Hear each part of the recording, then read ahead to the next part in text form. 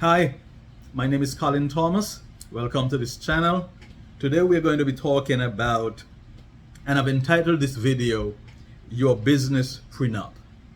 And I'm being humorous, of course, but I think it gets to the heart of what we want to discuss today. And that is, how do we determine in a business who is responsible for what? And at the end of the business, if for whatever reason we have to dissolve the business or one person has to leave the business, how do we divide the assets of the business? And so you need a business prenup. And your business prenup is your operating agreement. All right, again, let me say that your business prenup is your operating agreement. That is, at the start of your business, when you're making all these filings, you would at some point sit down and determine the roles that you each have to play in the business. And so at this point, my suggestion would be that you get an attorney involved that would help you craft an operating agreement that spells out and specify in some level of detail what each person's role should be or would be in the business. And again, I'm being humorous with the title, but an operating agreement simply spells out the role for each person that is involved in the business or that has a percentage or a stake in the business. And you do need, in my opinion, to have an operating agreement that is very clear and spells out each person's responsibility. Again, I says that you should have an attorney draw one up. It's not necessary, you can do it yourself, but if you're going to be try to be as professional as possible, then that is something I think that you should do. But here is where I think it comes down, that your operating agreement, before you sit down and begin to craft your operating agreement, you as an individual and your business partner or partners, you should get together. And I believe this is a time that you should be transparent and honest with each other in terms of what you want to do in the business, what you want your role to be in the business. And maybe both of you want to have the same roles. And that is where you get to have that honest and transparent discussion and says, okay, I think I'm better suited for this. Here is why. Because, it could be, if, for instance, if you want to be president and both of you want to be president, then it might be that you need to have a structure where you have two co-presidents of your business. And a lot of businesses operate like that. And then each party has their function or the areas that they cover and would have ultimate responsibilities for. In other cases, it could simply be that one person would be designated as the president.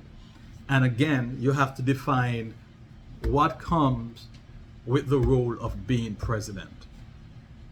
Okay? So in a partnership, you have to clearly define who is responsible for what. I personally prefer that, we have a clear line of communication, a clear leadership structure that says who is responsible for what.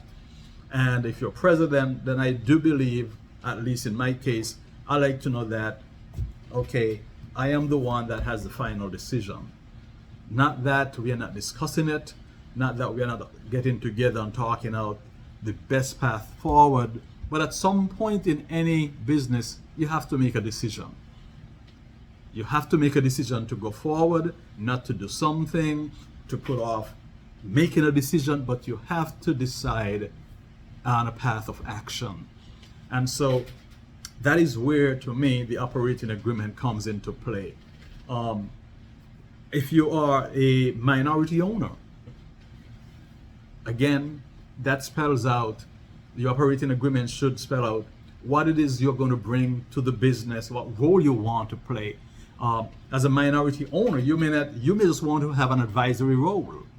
You may just want to be able to come in and offer counsel to maybe the person who is managing the finance or whoever is the president, and that is also fine. But again, the operating agreement should definitely be the starting point where you have that frank and honest discussion about what you want your role to be. It's that point where you should have that hard conversation. And it may be at that point you find out that maybe we don't really need to be in business. You cannot wait, or you should not wait until you're in business to realize that this was not a good fit. All right? And so sitting down and having that frank discussion as to, hey, this is what I want to do in this business. This is what I want my role to be. This is where I see the business going. And that would give you an idea, and that would give your partner an idea also as to, all right, I see where he wants to go. I see where she wants to go. This is not something I want to do. That gives the partner the opportunity to say, okay, maybe this is not for me. And so maybe I don't need to be in this partnership.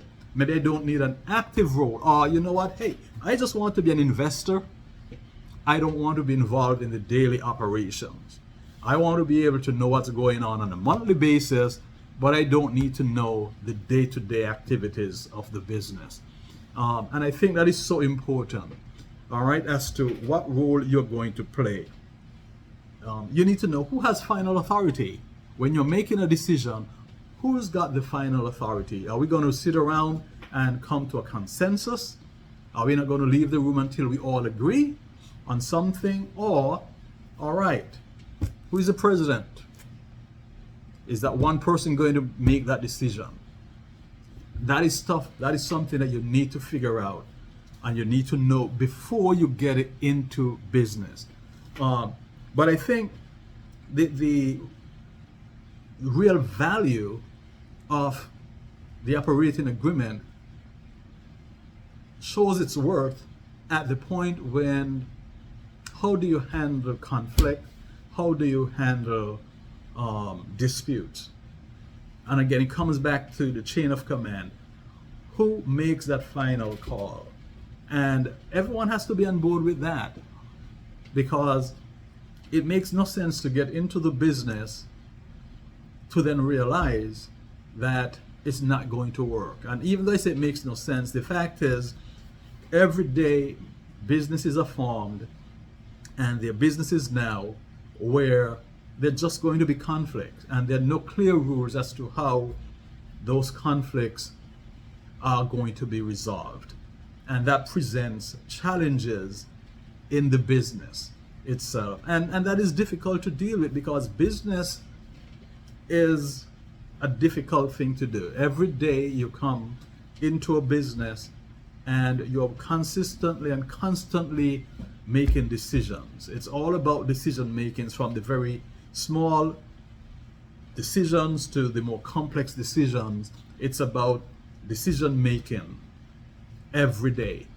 And when you and your business partner are not on the same page, or you're not clear as to who has final authority and who has the final say with whether or not we go with a project or we hold back on a project, you're adding a level of stress to the business that is unnecessary.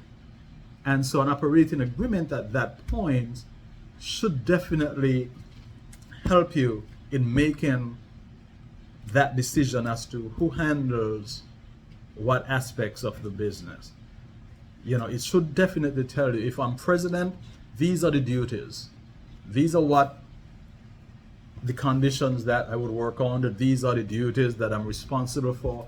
If you're the chief financial officer, if you have such a designation or title in your organization, this is what they're responsible for. Who's got final say in what aspect of the business?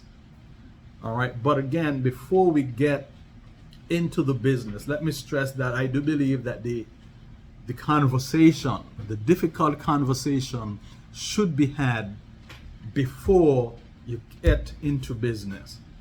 That difficult conversation should then result in a well-crafted operating agreement where an attorney is involved in helping you craft that agreement, so that when all the partners, whether it's just a 2-person or 3 or 4, how many people are involved, that each one leave that business with a very clear understanding of their roles and expectations, what they're expected to contribute to the business, and how, and for me the most important thing is how decisions are made within the business. And this for me is regarded as sometimes of whether or not you are a majority or minority stakeholder in the business. I know a lot of time people make a big deal about who owns 51% or more, but I believe that the operating agreement really would spell out who has the final say, regardless of whether you have 51% or 49%. The operating agreement should spell out definitively who is in charge of making that final decision, because business is about decision making, and all your decisions are going to lead to a result at some point, whether you grow, you stagnate, or you fall behind. And so you do need someone who is going to make that decision. And do you need an operating agreement that says how you make those decisions and who is responsible? Again, I wanted to keep this video short and to the point. So if you like the content of this video, please feel free to subscribe, leave a comment. I would love to see or hear or read some of your comments and see what else I can talk about in these videos. Again, I'm doing this as a small business owner myself that's operating a business daily, and have some experience with being in a partnership, making the daily decisions in a business, dealing with the small stuff, the minutiae, and also dealing with the complex decisions that have to be made on a daily basis. So I hope this was helpful, and I'll see you in the next video.